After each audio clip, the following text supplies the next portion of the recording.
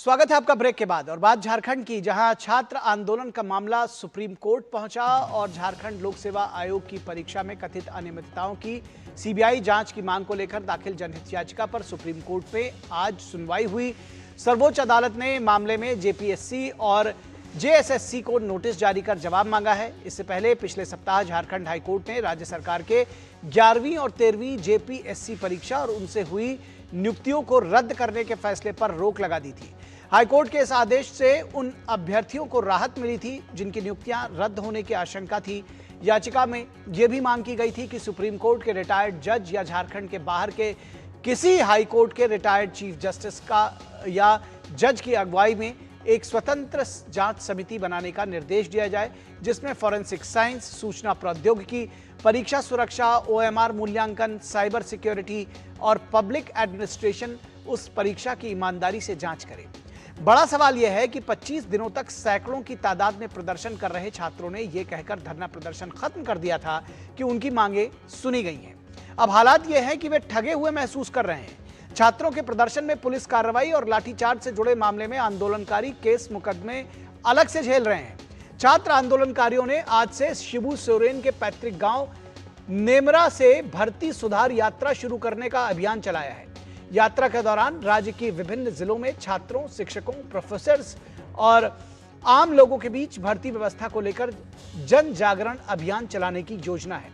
छात्रों ने कहा है कि सरकार को यह सुनिश्चित करने की गारंटी देनी होगी कि भविष्य में झारखंड में पेपर लीक नहीं होगा और भर्ती परीक्षाओं में धांधली की कोई गुंजाइश नहीं रहेगी।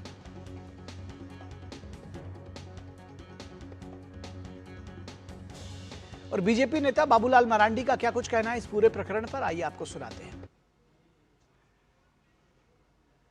पार्टी पूरी तरह से उन छात्रों के साथ है और सरकार से मैं मांग करता हूं, जो आपने एफआईआर किया है उसको वापस लीजिए। अगर सरकार वापस नहीं लेती है तो नौजवानों से अपील है, अगर सरकार वापस नहीं लेगी तो आप जेल से मत डरो, जेल को फाड़ देना। और बीजेपी नेता चंपई सोरेन का कहना है कि झारखंड की सरकार तानाशाही पर उतर आई है। ये सरकार अपना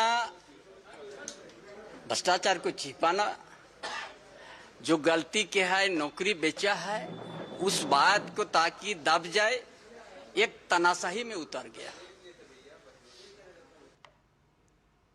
वहीं छात्र नेता देवेंद्र महतो का कहना है कि उनका आंदोलन भ्रष्टाचार मुक्त भर्ती होने तक जारी रहेगा। दिनों से हम लोग लगातार संघर्ष कर रहे हैं भ्रष्टाचार मुक्त भर्ती अभियान के तहत। अब हम लोग इस आंदोलन को आगे एक महत्वपूर्ण नए चरण का ऐलान किए हैं। आगामी 24 अगस्त 2026 से भर्ती व्यवस्था सुधार यात्रा जो 2400 जिलों में होगी, जिसका हम लोग पूर्व में ही सूचना दे चुके हैं।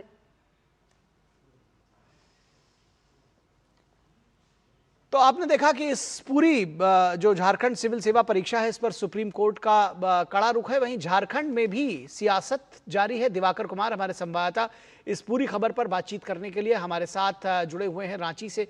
दिवाकर, ये जो भर्ती सुधार यात्रा का आह्वान है, दरअसल इसकी जरूरत क्यों पड़ी, ये भी हम समझना चाहेंगे। जो राजनीतिक हालात ऐसे कैसे हैं कि ये जिस तरह से सामने आया है और किस तरह से ये यात्रा का आह्वान किया गया है, कैसे आगे बढ़ेगी, इसके बारे में भी बताइए। देखिए, दो चीजें हैं। जब सरकार ने सारी परीक्षाओं को रद्द कर दिया तो छात्रों ने अनशन अपना समाप्त कर दिया। उनका जो 26 दिनों तक का आंदोलन था वो भी खत्म हो गया। लेकिन छात्रों ने यह भी चेतावनी दी थी कि अगर सरकार ने जो प्रॉमिसेस किए हैं वो पूरा नहीं होता है या कोर्ट में जब मामले को टिकता नहीं है तो फिर उस आधार पे हम लोग आंदोलन करेंगे। लेकिन इन्होंने 2 महीने का वक्त दिया था सरकार को। लेकिन आपने देखा कि किस तरीके से हाईकोर्ट में एक के बाद एक जो रद्द हुई थी परीक्षाएं, उस पर स्टे लगना शुरू हुआ। तो देवेंद्र नाथ महतो जो छात्र नेता है, उन्होंने एक तरीके से आह्वान कर दिया कि अब हमारे दूसरे चरण के आंदोलन की शुरुआत हो रही है और इसी के तहत आज वो पदयात्रा शुरू कर रहे हैं। लेकिन इसमें चौंकाने वाली बात यह है कि उस गाँव से जहां से ये पदयात्रा शुरू होनी थी हेमंत सोरेन के गांव निमरा से, वहां पे उनको घुसने नहीं दिया गया है गांव में। तो ये आप अभी हमारे पास जो खबरें आ रही है कि वहां पर उनको पहले ही रोक दिया गया है और उन्होंने कहा था कि हम पारंपरिक तरीके से और पाहन के जरिए पूजा और पाठ कराकर उसके बाद यहां से निकलेंगे। तो उस गांव में उनको प्रवेश नहीं करने दिया गया है, ये खबर ये आ रही है। दूसरी बात ये है कि वैसे छात्र जिनका एफआईआर में नाम आया है, जो उस दिन आपको याद होगा कि पुतला दहन के बाद जो घटनाएं झारखंड में हुई है, तो छात्र उससे भी आक्रोशित है। तो लगातार अब छात्रों का हर वर्ग सरकार से आक्रोशित नजर आ रहा है। ऐसे में आज देवेंद्रनाथ महतो पदयात्रा की शुरुआत कर रहे हैं, जो 24 जिले में चलेगा और 24 संकल्प के साथ कि कैसे सरकार को पारदर्शिता लानी है, कैसे तमाम परीक्षाओं को जो रद्द किया गया है उसमें सरकार को स्टैंड लेना है, सीआईडी की जगह सीबीआई जांच करानी है और कैसे रिफॉर्म होना है सारी परीक्षा की व्यवस्थाओं में। तो ये तमाम तरह की मांगों के साथ बहुत जल्दी से सरकार का रिएक्शन और तैयारियां, जो आज बहुत जल्दी से सरकार का रिएक्शन और तैयारियां।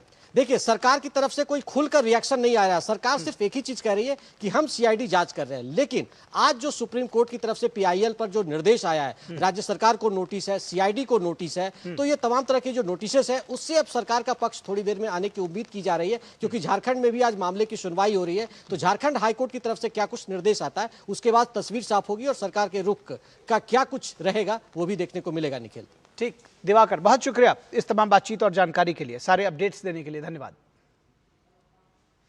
तो छात्र दरअसल ठगा हुआ महसूस कर रहे हैं, क्योंकि जिन वादों की बात उनसे कही गई थी वो अब धरातल पर दरअसल उतरते हुए नजर नहीं आ रहे हैं और अब ये परिवर्तन संघर्ष की एक यात्रा शुरू करने की वो कोशिश में है। इस वक्त में बस इतना ही, इजाजत दीजिए, नमस्कार।